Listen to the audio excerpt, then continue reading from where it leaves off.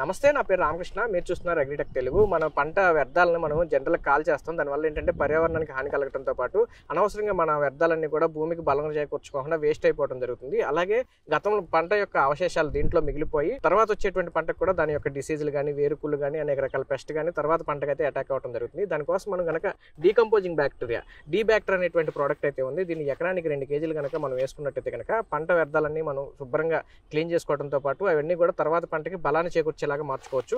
దీనికి సంబంధించి మనం ఈ డీబ్యాక్టర్ని ఏ పంటల్లో ఏ విధంగా ఉపయోగించుకోవాలి, దీనివల్ల ప్రయోజనాలు ఏముంటాయి, కేవలం ఇది డీకంపోజ్ చేయడం మాత్రమే కాకుండా ఇంకా అనేక రకాల ప్రయోజనాలు ఉన్నాయి. ఇది ఏ విధంగా ఉపయోగించుకోవాలి అనే విషయాలు మీకు వీడియోలో తెలియజేస్తున్నాను. వీడియోలోకి వెళ్ళే ముందు ఇంకా మీరు మన ఛానల్ సబ్స్క్రైబ్ చూస్తుంటే తప్పకుండా సబ్స్క్రైబ్ చేయండి. పక్కన ఉన్న బెల్ ఐకాన్ క్లిక్ చేసి నోటిఫికేషన్స్ ఎనేబుల్ చేసి పెట్టుకోండి.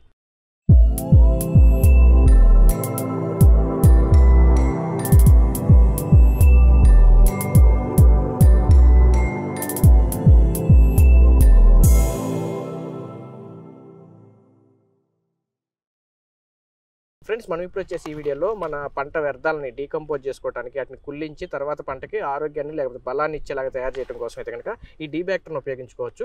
ఇది ఎకరానికి డోసేజ్ వచ్చేసి 2 కేజీలు కనుక వేసుకున్నట్టయితే కనుక మనం మట్టిలో కానీ లేదా ఇసుకలో కానీ కలుపుకొని చిమ్ముకోవచ్చు. లేకపోతే పశువుల ఎరువుల్లో కానీ, లేకపోతే కోళ్ళ పెంట, లేకపోతే ఎందులోనైనా సరే కలుపుకుని మనం చిమ్ముకున్నట్టయితే కనుక వారం 10 రోజుల్లో ఆ పంటలో ఉన్నటువంటి వేస్ట్ అంతా కూడా కుళ్ళించి మంచి కంపోస్ట్ ఎరువుగా అయితే తయారు చేయడం జరుగుతుంది. అంతేకాకుండా దీంట్లో లిక్విడ్ ఫామ్లో కూడా ఉంటుంది. మనం లిక్విడ్ అయితే కనుక ఎకరానికి 1 నుంచి 2 లీటర్ని నీళ్ళలో కలుపుకుని ఒక 50 లీటర్ల నీళ్ళలో కలుపుకుని పొలం అంతా స్ప్రే చేసుకోవచ్చు.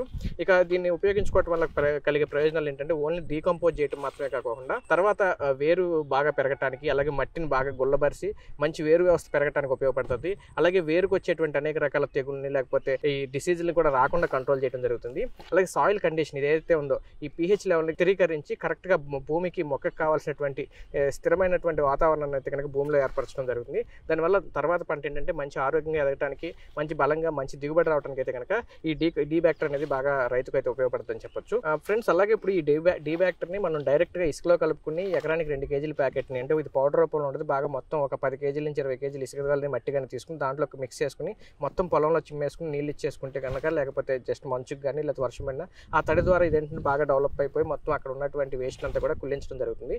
లేదు మన దగ్గర ఉన్నటువంటి పశువుల ఎరువులో కానీ, లేకపోతే కోళ్ళ ఎరువు, లేకపోతే ఈ వర్మీ కంపోస్ట్ వీటిలో కూడా ఈ డీబ్యాక్టర్ని కనుక అప్లై చేసుకుని ఒక 24 అవర్స్ తర్వాత కనుక అప్లై చేసుకోగలిగితే ఈ 24 అవర్స్లో దీంట్లో ఉన్నటువంటి బ్యాక్టీరియా అంతా బాగా ఎక్కువ డెవలప్ అయ్యి ఇంకా బాగా దీని యూసేజ్ అనేది పెరగడానికి అయితే అవకాశం ఉంటుంది. అలాగే లిక్విడ్ ఫామ్లో అయితే ఉంటుంది. ఇది ఎకరానికి వచ్చేసి 1 లీటర్ నుంచి 2 లీటర్ని డైరెక్ట్ నీటిలో కలుపుకొని కూడా మనం స్ప్రే చేసుకోవచ్చు.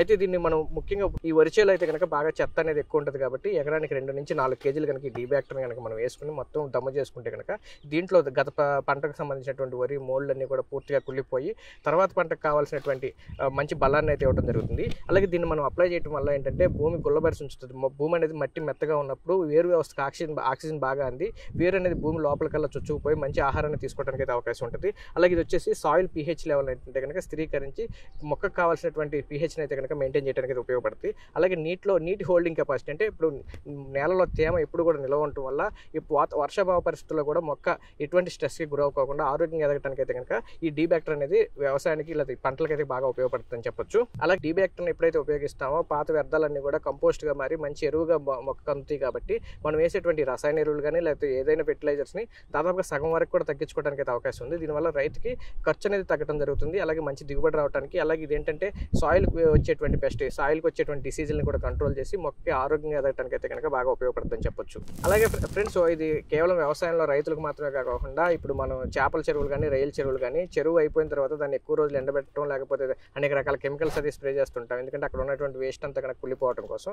దానికి బదులుగా మనం కెమికల్ వినియోగం తగ్గించుకోవడం కోసం ఈ డీబ్యాక్టర్ని కనుక మనం చెరువుల్లో ట్యాంకుల్లో కనుక వినియోగించుకోగలిగినట్టయితే కనుక తర్వాత వేసేటువంటి పంటకు కూడా ఎటువంటి హాని కలగకుండా కంప్లీట్గా ఆర్గానిక్ పద్ధతిలో లోపల ఉన్నటువంటి వేస్ట్ అంతా కుళ్ళిపోవడం, అలాగే ఏదైనా డిసీజులు అలాంటివి కూడా పూర్తిగా అయిపోయి, అలాగే చెరువులో ఉండాల్సినటువంటి వాటర్ pHని కూడా ఇది స్థిరీకరించి మంచి ఆరోగ్యంగా తర్వాత పంట రావడానికి అయితే కనుక బాగా ఉపయోగపడుతుందని చెప్పొచ్చు. కాబట్టి రైతు సోదరులంతా కూడా మీ పంటల్లో ప్రతి పంటలో కూడా పంట అయిపోయిన తర్వాత రెండో పంట వేసే సమయంలో కనుక ఈ డీబ్యాక్టర్ని ఎకరానికి 2 నుంచి 4 కేజీల వరకు కనుక వినియోగించుకోగలిగితే కనుక మంచి ఆరోగ్యకరమైన పంటలు తీయడానికి, అలాగే ఈ ఫెర్టిలైజర్స్ వినియోగాన్ని తగ్గించుకోవడానికి లేదా రసాయన ఎరువుల వినియోగాన్ని తగ్గించుకుని మంచి భూమిని అయితే కనుక ఆరోగ్యంగా ఉంచడానికి అయితే కనుక బాగా ఉపయోగపడుతుంది. పూర్తి వివరాల కోసం స్క్రీన్ మీద కనపడుతున్న నెంబర్కి మీరు కాల్ చేసి అన్ని విషయాలు తెలుసుకోవచ్చు. వీడియో నచ్చితే లైక్ చేయండి, షేర్ చేయండి. Thank you.